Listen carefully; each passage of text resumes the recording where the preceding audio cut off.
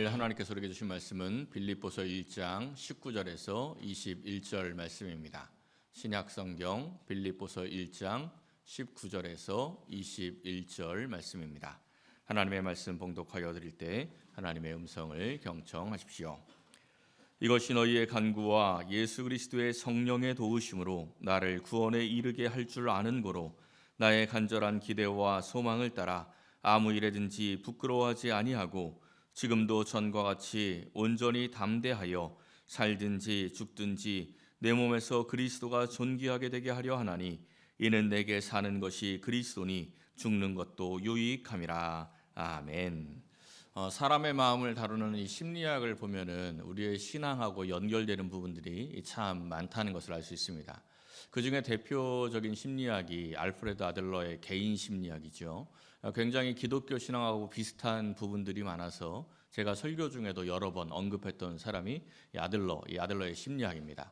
아들러의 심리학을 대중적으로 잘 풀어낸 책이 기시미 이치로의 미움받을 용기라는 책입니다.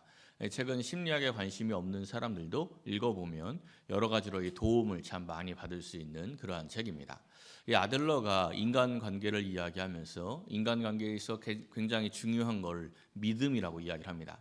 아들러가 이야기하는 믿음은 신적인 이 신을 바라보는 그 믿음을 이야기하는 것은 아니고 이 사람과 사람 사이에 있어서 믿음이 아주 중요하다는 이야기를 합니다.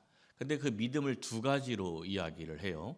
이 신용과 신뢰 이렇게 둘로 이야기합니다. 신용이 뭐죠? 우리 이 신용은 익히 잘 사용하는 말이니까 잘 알죠.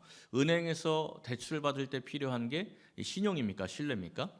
신용이 필요하죠. 그러니까 은행에서 만약에 내가 1억을 대출 받겠다 하면은 은행에서 이 서류를 요구합니다. 그 서류의 내용은 뭐냐면 1억을 갚을 수 있는 담보가 있는지 1억을 갚을 수 있는 능력이 있는지를 점검하는 그러한 서류입니다.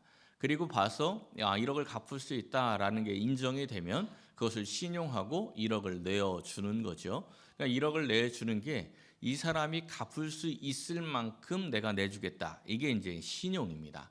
신뢰는 뭐냐면 이 사람이 갚을 수 있는 능력이 있는지 없는지 그건 관계없이 그냥 그 사람 자체를 믿고 내어줄 수 있는 게 이 신뢰 이게 되는 겁니다.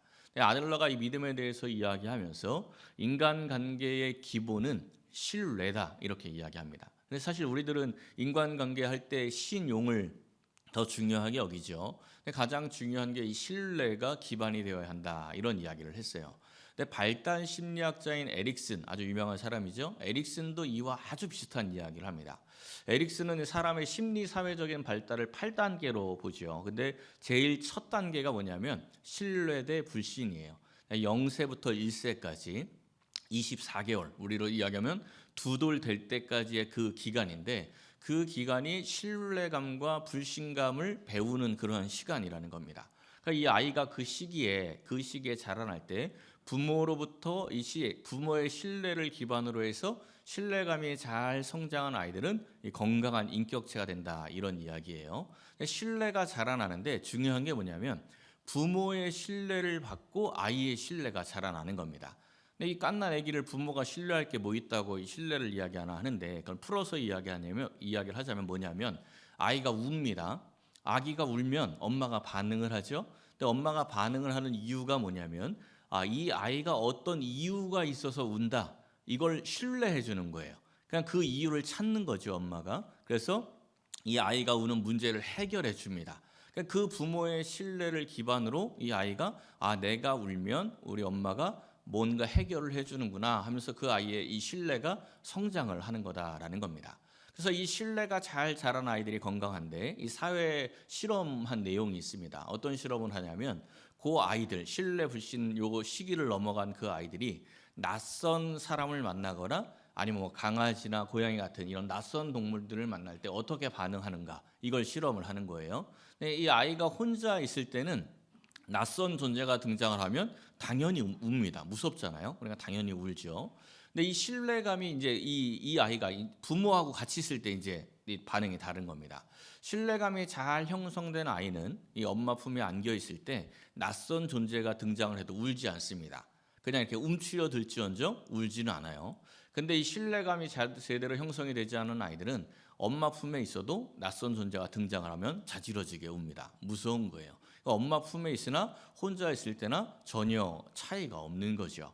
신뢰감이 있는 아이들은 엄마 품에 있을 때는 용감해집니다. 담대해져요. 엄마 품에서는 강아지를 막 만지기도 하고 하는 거죠. 이게 신뢰감이 형성된 사람의 모습이다, 이런 이야기를 합니다. 이게 우리의 신앙의 모습하고 굉장히 비슷하지 않습니까? 우리의 신앙의 기본도 역시 신뢰입니다. 누구와의 신뢰죠? 하나님과의 신뢰. 하나님과의 신뢰관계가 있는 사람이 이 믿음이 있는 사람들입니다. 근데 중요한 것은 아이의 신뢰가 부모의 신뢰를 기반으로 하는 것과 마찬가지로 우리의 믿음도 역시 마찬가지로 하나님의 신뢰가 우선입니다. 약간 말이 이상해질 수 있는데, 내가 하나님을 믿고 신뢰하는 것에 앞서서 하나님이 나를 신뢰하고 계시다는 것을 먼저 깨달아야 그 믿음이 성장을 하는 거예요. 하나님의 신뢰가 뭡니까? 하나님이 우리를 신뢰하는 증거가 뭐예요? 하나님이 우리를 신뢰하시는 거예요. 하나님이 우리를 신뢰하는 증거가 예수님의 십자가 보혈입니다. 예수님께서 그 십자가 보혈을 우리에게 내어주실 때 우리들이 그 십자가 보혈을 믿고 나아갈 만한 그런 담보를 보여준 적이 없어요. 우리가 예수님의 십자가 보혈을 받을 만한 자격이 있는 존재가 아니라는 거죠. 그러니까 자격도 없고 담보도 없는데 하나님께서 우리를 신뢰해서 예수님의 십자가 보혈을 내어주신 겁니다. 그 온전한 사랑을 깨닫고 그 하나님의 신뢰를 깨달은 사람들이 하나님을 믿게 되는 겁니다. 이 마치 엄마의 신뢰를 기반으로 그 아이의 신뢰가 자라나는 것처럼 하나님의 신뢰를 깨달으면 깨달을수록 하나님을 향한 신앙도 함께 성장하게 되는 거죠. 하나님을 신뢰하게 되면 어떻게 됩니까? 이제 우리의 삶의 모습이 달라지는 겁니다. 이 신뢰가 잘 자라난 아이가 어떻게 된다 그랬어요? 엄마 품에 있으면 용감해진다고 했죠. 마찬가지로 하나님을 신뢰하는 사람들은 담대해집니다. 이 세상에서 두려울 게 없어요. 하나님 품 안에 있는 것을 확실히 믿기 때문에 그렇습니다. 오늘 이 본문 말씀을 한번 보세요. 사도 바울이 이야기하는 장면인데, 내가 온전히 담대하여 살든지 죽든지 내게 사는 것이 그리스도니 죽는 것도 유익함이라. 지금 이 사도 바울이 하는 이 말씀은 그냥 우리 관용구처럼 할 때 있지 않습니까? 아이 몰라, 사나 죽으나 뭐 살든지 죽든지 그냥 이렇게 하는 말이 있어요. 그렇게 하는 말이 아닙니다. 지금 이 바울은 우리 지난주에 나눈 바와 같이 시대 안에 있는 감옥으로 옮겨졌습니다. 그러니까 바울은 그야말로 살든지 죽든지의 상황이에요. 진짜로 살고 진짜로 죽는 그런 상황 가운데 있습니다. 얼마나 마음이 불안해질 수 있는 상황입니까? 그런데 담대하게 이야기하고 있다는 거죠. 전혀 두려워하지 않습니다. 온전히 담대해서 복음을 전하였고 빌립보 교회를 향하여서도 계속 기뻐하라고 말씀을 할 수 있었죠. 어떻게 그렇게 할 수 있었습니까? 바울이 하나님과의 온전한 신뢰관계에 있었기 때문입니다. 하나님을 신뢰하니까 이렇게 담대한 거지요. 오늘 이 본문은 이 바울의 고백을 통하여서 하나님을 신뢰한다는 것이 무엇인지를 우리에게 잘 보여주고 있습니다. 사랑하는 성도 여러분, 오늘 이 말씀을 상고하면서 바울처럼 하나님을 신뢰하고 온전히 담대함으로 이 세상을 살아가는 복된 신앙인들이 되시기를 예수님의 이름으로 간절히 축원합니다. 첫째는 구원에 이를 줄 확신하였습니다. 이 사도 바울이 가택 연금 상태에서 시위대의 뜰 안으로 옮겨졌다. 이걸 우리 지난주에 좀 이야기를 했었는데, 이 시위대 안에 있는 그 감옥으로 옮겨진 이유가 있습니다. 그러니까 이 바울이 오랫동안 가택 연금에서 미결수로 있었으니까 이제 때가 됐으니까 옮기자 하고 옮긴 게 아니라는 거예요. 상황이 바뀌었습니다. 어떤 상황이 바뀌었냐면 기독교를 대하는 로마 당국의 그 태도가 바뀌었습니다. 우리가 이 로마의 역사는 많이 접하지 않습니까? 로마는 굉장히 포용적인 나라입니다. 자기들이 점령한 나라들을 다 포용해 주는 나라가 로마라는 나라예요. 우리 이제 그 그리스 신화를 뭐라고 부릅니까? 그리스 로마 신화 이렇게 부르죠. 그 신화는 사실은 그리스 신화입니다. 로마 신화가 아니에요. 근데 그리스가 이 로마가 그리스를 점령하고 그걸 다 자기들 문화로 다 받아들였어요. 그래서 그리스 로마 신화 이렇게 한꺼번에 같이 부르는 거죠. 로마가 점령한 나라들의 종교를 다 인정해주고 그 나라의 문화도 좋은 거는 다 자기들 문화로 다 받아들일 정도로 굉장히 포용적인 나라입니다. 그러니까 당연히 이스라엘의 유대 종교도 인정을 해 주었죠. 예루살렘 성전도 다 인정해 주었습니다. 충분히 다 포용을 해 주었어요. 처음에 기독교가 나왔을 때는 로마가 볼 때 유대교의 한 분파인가 보다, 뭐 유대인들 그 제사장들이 이야기하는 것처럼 유대교 가운데 조금 문제 있는 파벌이 생겼나 보다. 이 정도로 받아들였기 때문에 기독교에 대해서 전혀 뭐 터치를 안 했습니다. 근데 바울이 로마에 처음에 감옥에 끌려왔을 때만 해도 그런 태도를 취하고 있었는데 이 수십 년 동안 굉장히 빠르게 이 기독교가 번져나가기 시작을 한 거죠. 로마가 가만 보니까 이 기독교라는 게 이스라엘 안에 갇혀 있는 게 아니고 로마가 점령한 그 모든 나라를 향해서 기독교가 막 정말 그야말로 불붙듯이 쫙 퍼져 나가는 겁니다. 그걸 보고 로마가 좀 깜짝 놀랐어요. 야, 이 기독교 그대로 두었다가는 나라에 좀 문제가 생기겠다. 이러면서 본격적으로 기독교를 박해하는 것으로 태도를 바꾸죠. 그 태도를 바꾸는 일환 중에 하나가 사도 바울이 가택연금 상태에서 시대한 감옥으로 옮겨지는 겁니다. 이 바울의 죄가 이 기독교 복음 전파와 관련이 있지 않습니까? 그러니까 이제 이 바울은 그전에는 빨리 재판이 열려야 내가 풀려나서 선교 활동을 할 수 있을 텐데 이런 생각을 하고 있었다면 이제 상황이 바뀌어서 재판이 열리면 나는 사형당해서 죽겠구나. 이런 상황으로 이제 바뀐 겁니다. 그러니까 굉장히 마음이 불안해지는 거예요. 마치 사형수처럼 사도 바울 딱 부르면 언제 내가 사형당해 죽을지 모르는 그런 상황이 된 거죠. 마음이 굉장히 불안해질 수 있는 그런 상황입니다. 그런데 이 상황 속에서 온전히 담대했다, 기뻐했다. 이 말씀이 계속 반복이 되는 거죠. 어떻게 그럴 수 있습니까? 19절 말씀을 한번 보세요. 어떤 것을 확실히 알고 있대요. 나를 구원에 이르게 할 줄 아는 거로. 구원에 이르게 할 줄 알기 때문에 사도 바울이 담대하다는 겁니다. 이 구원에 이른다라는 게 우리가 바울이라면 야, 나 드디어 구원에 이르렀다. 이런 말을 한다면 어떤 상황이 그런 말을 쓸 수 있을까요? 내가 감옥에서 풀려나면 야, 드디어 구원에 이르렀다. 이렇게 생각할 수 있겠죠. 근데 이게 감옥에 풀려나는 것을 이야기하는 게 아닙니다. 감옥에서 풀려나서 자유를 얻든지 아니면 감옥에서 사형당해서 죽든지 그야말로 말 그대로 살든지 죽든지 내 결과는 구원이다, 승리다. 그러니까 괜찮다 이렇게 생각하는 것이 바로 이 사도 바울이에요. 이 믿음이 있으니까 담대할 수 있었고 기뻐할 수 있었던 겁니다. 여러분, 우리에게 이러한 믿음이 있습니까? 이 사도 바울처럼 진짜 살든지 죽든지 한 그런 상황을 만날 때는 별로 없겠죠. 그런 극단적인 상황 말고 우리의 일상생활을 한번 생각해 보세요. 우리의 일상생활 가운데 간절히 기도하는 기도 제목들 있지 않습니까? 또 어려운 문제들을 만날 때가 있죠. 그런 문제 해결을 위해서 간절히 기도했습니다. 그런데 그 결과가 어떻게 되었을 때 우리가 응답받았다 이렇게 이야기해요. 내가 간절히 기도했던 그 문제가 해결되었을 때, 내가 간절히 기도했던 그 기도 그대로 이루어졌을 때 우리가 응답받았다 이렇게 이야기합니다. 다르게 표현하면 이 말씀대로 표현하면 구원받았다 이렇게 표현을 하는 거예요. 그게 꼭 응답 구원은 아니라는 겁니다. 우리는 그렇게 생각을 하는데 그것만 생각하는 게 진짜 믿음이 아니라는 거예요. 그러니까 하나님이 내가 기도한 대로 이루어지는 것을 믿는 게 믿음, 진짜 믿음은 아니라는 거죠. 해결이 되든지 안 되든지 내가 원하는 대로 되든지 안 되든지 어떠한 결과든지 그 결과가 하나님께서 나를 구원으로 이끌어 가시는, 그러니까 그 결과가 하나님께서 가장 선하신 길로 이끄시는 길이라는 그 믿음이 이 진짜 믿음, 구원에 이르게 될 줄로 믿는 그러한 믿음이다라는 겁니다. 이 믿음을 우리가 구약 성경에서 본 적이 있죠. 다니엘의 세 친구가 한번 고백하는 모습을 한번 보십시오. 풀무불 앞에서 이런 이야기를 합니다. 우리가 섬기는 하나님은 우리를 풀무 가운데서 능히 건져낼 수 있습니다.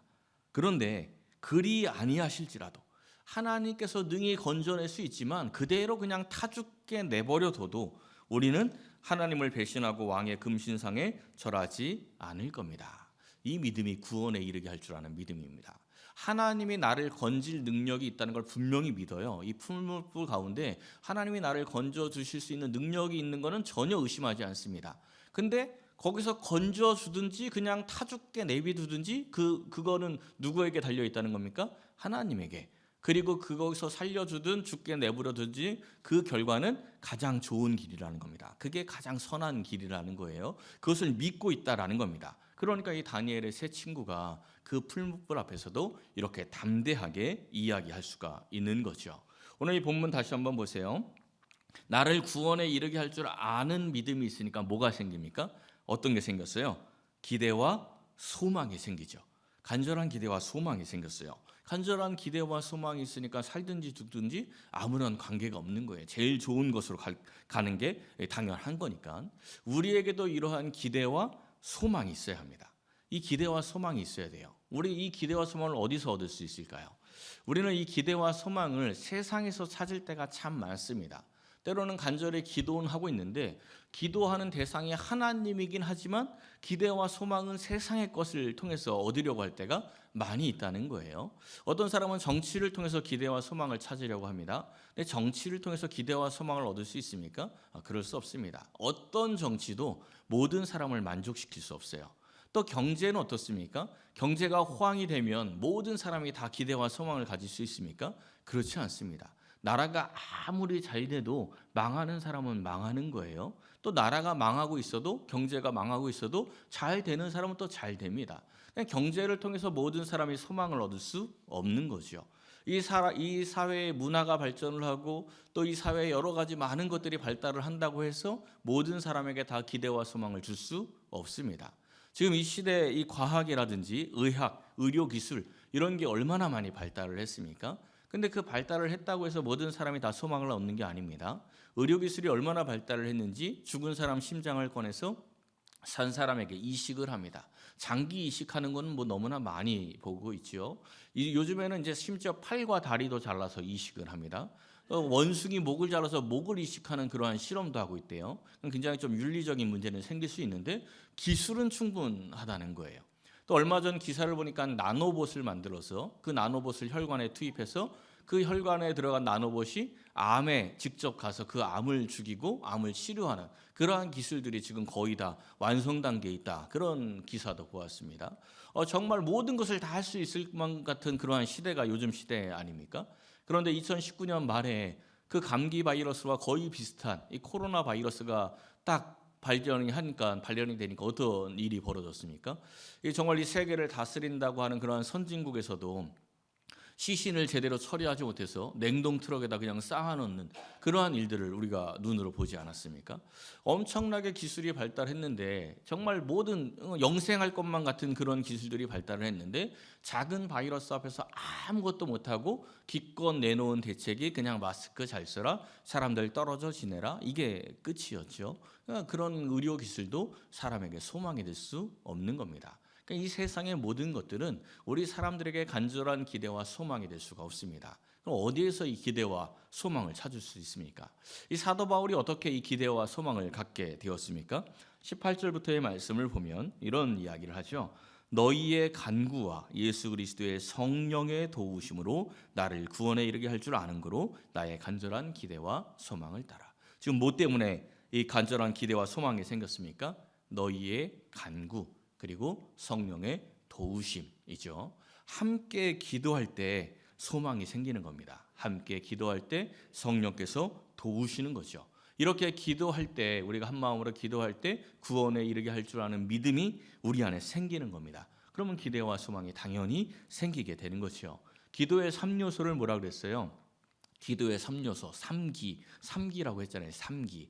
기도하고 기대하고 기다리라. 이 3기, 기도의 3요소 아닙니까?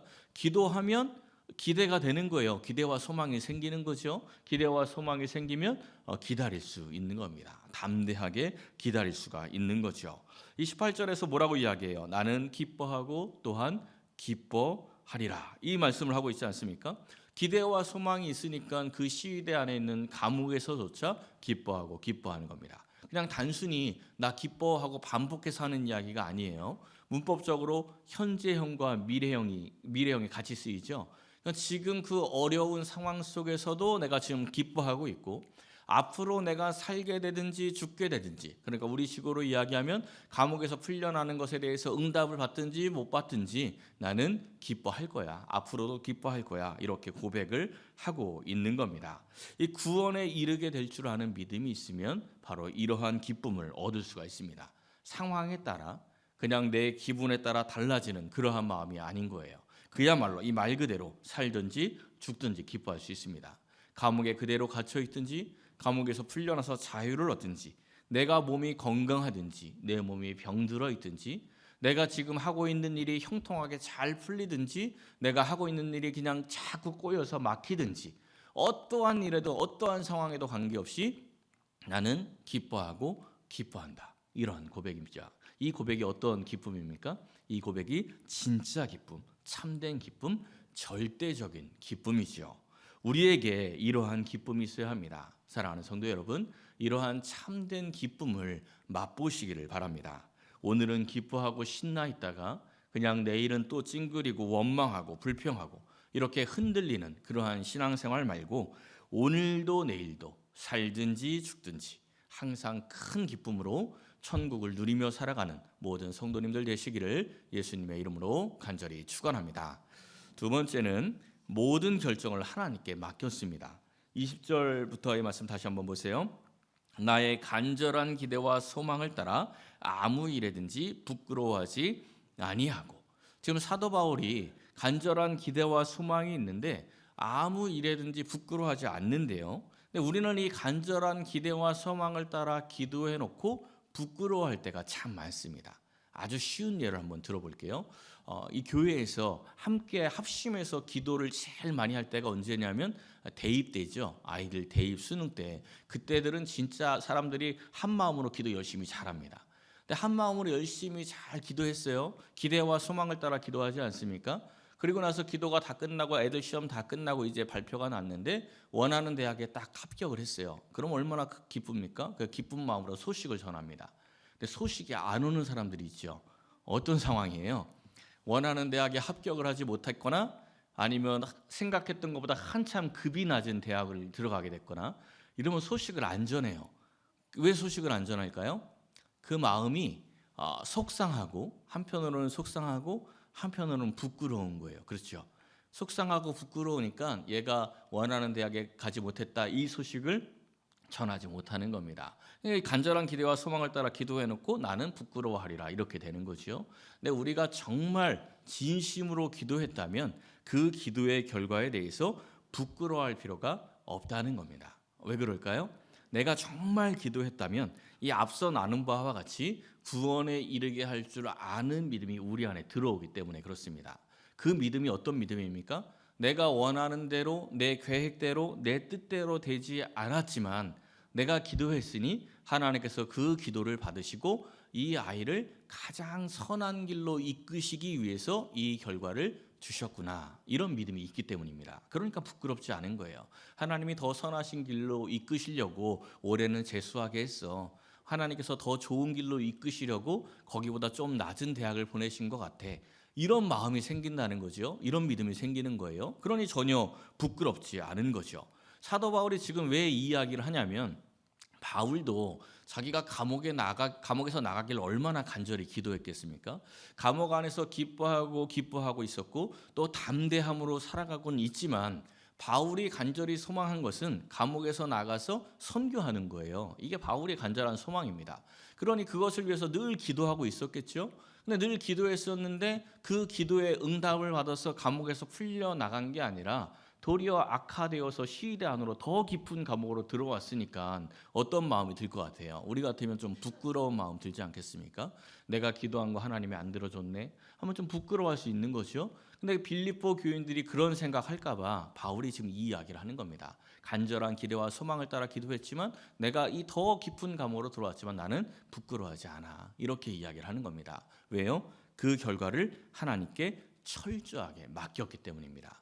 기도의 결과를 철저하게 맡겼으니까 살든지 죽든지, 다르게 표현하면 내가 기도한 대로 내가 계획한 대로 감옥에서 풀려나든지 아니면 내가 기도한 바와 관계없이 더 깊은 감옥으로 들어오든지 관계가 없다라는 겁니다. 왜냐하면 어떠한 결과를 주시든 하나님께서는 그 결과를 통해서 그리스도를 더 존귀하게 하고 또한 복음 전파의 진전을 하게 하실 것이라는 확신이 있었기 때문입니다. 우리도 이 바울처럼 철저하게 우리가 기도한 그 기도의 결과를 하나님께 맡길 수 있어야 합니다. 가끔 보면 그런 사람들이 있어요. 나는 내가 기도한 거 하나님께서 반드시 이루어질 거야. 그런 확신이 있어. 이러면서 다른 사람한테도 네가 기도한 거 하나님이 반드시 이루어질 거라고 확신해. 그런 믿음을 가져야 돼. 이렇게 이야기하는 사람들이 있어요. 그거 믿음 아닙니다. 내가 기도한 대로 반드시 이루어질 거야. 확신해. 이걸 믿음이라고 착각해서는 안 됩니다. 그런 걸 믿음이라고 이야기하지 않아요. 누가 주인입니까? 내가 주인입니까? 하나님이 주인입니까? 하나님이죠. 우리가 하나님을 주님이라고 부르지 않습니까? 하나님이 주님이면 내 뜻이 이루어져야 합니까? 주의 뜻이 이루어져야 합니까? 주의 뜻이 이루어져야죠. 근데 내 뜻대로 하나님이 다 해줄 거야. 이러면 내가 주인인 거예요. 하나님이 주인이 아니라 내가 주인이 돼버리는 거죠. 하나님의 뜻이 이루어지기 항상 기도하는 게 올바른 믿음입니다. 다윗을 한번 생각해 보세요. 다윗이 얼마나 철저하게 하나님께 맡겼는지 아주 좋은 이야기가 하나 있습니다. 다윗의 인생 가운데 아주 큰 흑역사가 있죠. 정말 인간적으로 실망스러운 모습을 보였던 적이 한 번 있습니다. 언제예요? 밧세바 간통 사건. 이 밧세바 간통 사건은 단순히 음란에 빠졌다를 떠나서 굉장히 비인간적인 모습을 보였기 때문에 아주 실망적인 모습이 있습니다. 근데 이 다윗의 이 밧세바 간통 사건 때 다윗과 밧세바 사이에 아이가 생겼습니다. 근데 하나님께서 이 다윗의 죄로 인해서 그 아이를 쳤어요. 그 아이가 심하게 앓게 됩니다. 그때 다윗이 기도를 시작을 하죠. 금식을 하며 철야를 하며 기도를 하는데 일주일 내내 한 끼도 안 먹고 꼼짝도 안 하고 일어나지도 않고 그냥 땅바닥에 엎드려서 하나님께 기도합니다. 그야말로 목숨 걸고 기도하는 거예요. 그래서 다윗의 신하들이 보니까 아이보다 다윗이 먼저 죽게 생긴 거예요. 그러니까 다윗을 막 일으키려고 하고 밥이라도 먹고 기도하라고 하고 하는데 다윗이 말을 안 듣습니다. 그냥 땅바닥에 엎드려 있어요. 생각해 보면 자기의 죄 때문에 그 아기가 죽는 거니까 얼마나 마음이 아픕니까? 사실 너무 마음이 아프죠. 그 아픈 마음으로 하나님께 간절히 그야말로 목숨을 내걸고 기도를 했는데 하나님이 그 기도를 들어주지 않았습니다. 아이가 죽었어요. 아이가 죽고 나니까 다윗의 신하들이 이제 걱정이 됩니다. 너무 걱정이 되는 거죠. 다윗이 목숨 걸고 정말 죽어가면서 하나님께 매달려서 기도를 했는데 하나님이 그 기도를 안 들어줬으니까 다윗의 마음이 얼마나 이 상심이 되겠습니까? 사무엘하 12장에 보면 이런 이야기들을 해요. 아이가 살았을 때 우리가 그에게 말하여도 왕이 그 말을 듣지 아니하셨나니 어떻게 그 아이가 죽은 것을 그에게 아뢰 수 있으랴. 왕이 상심하시리로다. 다윗이 그 소식을 들으면 다시 충격받아서 죽을 수도 있겠다 이런 생각까지 하는 거죠. 그러니까 신하들이 막 수근수근 대고 있으니까 다윗이 기도를 하다 눈치를 챕니다. 이 사람들이 신하들이 자기한테 가까이 오지도 못하고 뭔가 막 수근거리고 있으니 아이가 죽었나 보다 이런 마음이 딱 든 거예요. 그 신하들에게 묻습니다. 아이가 죽었느냐 이렇게 물어요. 이 다음 내용을 한번 보세요. 이렇게 묻죠. 아이가 죽었느냐? 그러니까 신하들이 대답을 합니다. 그렇습니다. 그러니까 다윗이 어떻게 해요?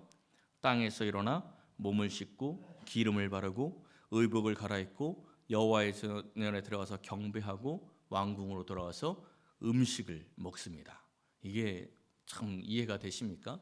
근데 이 모습이 철저하게 하나님께 모든 결과를 맡긴 모습입니다. 하나님이 결과를 주시기 전에는요 목숨 걸고 기도하는 겁니다. 우리도 마찬가지예요.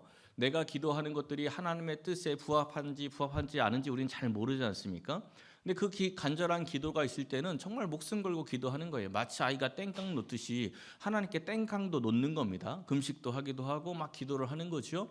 근데 그 기도의 결과가 딱 주어지면 그 이후에는 더 이상 자기 주장을 안 하는 겁니다. 그 기도의 결과를 하나님이 가장 선하신 방법으로 주셨다라고 인정을 해야 하는 거예요. 다윗이 지금 그렇게 하는 거예요. 이 아이가 살기를 너무나 자기 목숨보다 더 귀하게 이 아이가 살기를 너무나 원하면서 기도했는데 하나님이 그 아이를 데려가시니까 이게 하나님의 뜻이구나. 이게 가장 하나님의 선하신 길이구나. 인정을 하고 하나님께 경배했다라는 겁니다. 하나님께서 이 일을 통해서 다윗에게 죄의 결과가 얼마나 무서운지를 가르치셨죠. 그리고 끝나지 않습니다. 이 다윗과 밧세바 사이에 하나님이 새로 아이를 주시죠. 그 아이가 누굽니까? 솔로몬이죠. 이 솔로몬을 통해서 이스라엘이 확장이 되고 하나님의 집, 그 성전이 건축이 되는 겁니다. 이 다윗의 모습을 다시 한번 생각해 보세요. 기도의 결과는 자기 뜻대로 되지 않았습니다. 충분히 상심할 수 있는 그런 상황이었어요. 그런데 금식을 끝내고 나서 제일 먼저 뭐 했다고요? 자기 육신의 배고픔을 먼저 해결한 게 아니라 먼저 하나님께 나아가서 경배를 합니다. 그러니까 죄로 인해서 깨어졌던 하나님과의 관계 회복을 더 중요하게 여긴 거예요. 자기가 원하는 것이 이루어졌냐 이루어지지 않았느냐가 중요한 게 아니고 하나님과의 관계가 더 중요한 것을 다윗은 알았다라는 겁니다. 근데 우리는 이와 반대일 때 많죠. 하나님께 간절히 기도하다가 그 기도가 이루어지지 않으면 하나님과 관계가 깨어져요. 하나님과의 관계가 가장 중요한 건데 내 뜻대로 안 해줬다고 하나님과 관계 깨어져 버릴 때가 많습니다. 애들이 엄마 아빠가 내 뜻대로 안 해줬다고 집 나가면 그 아이한테 야, 너 참 뚝심 있다 이럽니까? 철딱선이 없다 그럽니까? 철딱선이 없는 거죠. 철딱선이 없는 신앙인이 되는 겁니다. 하나님의 결정을 우리가 믿어야 돼요. 그렇지 않으면 자기 자신을 주인으로 생각하는 겁니다. 내가 기도했는데 기도대로 되지 않았을 때 내가 하나님과 관계가 깨어지면 나는 하나님을 주님이라고 부르고 있었지만 실제 주인은 나였구나라는 것을 깨달아야 한다라는 겁니다. 우리가 기도할 때 하나님이 주신 결과가 내게 가장 좋은 결과라는 것을 인정하시길 바랍니다. 내가 원하는 대로 되지 않아도 그게 가장 좋은 응답이라는 것을 믿으시기를 바랍니다. 때로 내 계획이 틀어져도 내 뜻대로 되지 않아서 지체되고 또 후퇴되는 것처럼 보여도 결국은 가장 좋은 길로 인도하실 것이라는 그러한 믿음을 꼭 가지시길 바랍니다. 마지막으로 예레미야서 29장에 있는 말씀을 보세요. 우리를 향하신 하나님의 생각이 어떻답니까? 너희를 향한 나의 생각은 내가 아나니 평안이요 재앙이 아니니라. 너희에게 미래와 희망을 주는 게 내 생각과 내 뜻이다. 내가 이 응답 너에게 준 것 평안이야. 재앙 때문에 준 거 아니야. 너희에게 미래와 희망을 주기 위해서 이렇게 응답한 거야 라고 말씀을 해 주시는 겁니다. 하나님은 항상 우리를 구원으로 이끄실 줄 믿으시기 바랍니다. 사랑하는 성도 여러분, 하나님의 분명한 뜻을 알고 간절한 기대와 소망으로 모든 결정을 하나님께 맡기면서 온전한 담대함으로 기쁨으로 이 세상을 살아가시기를 예수님의 이름으로 간절히 축원합니다.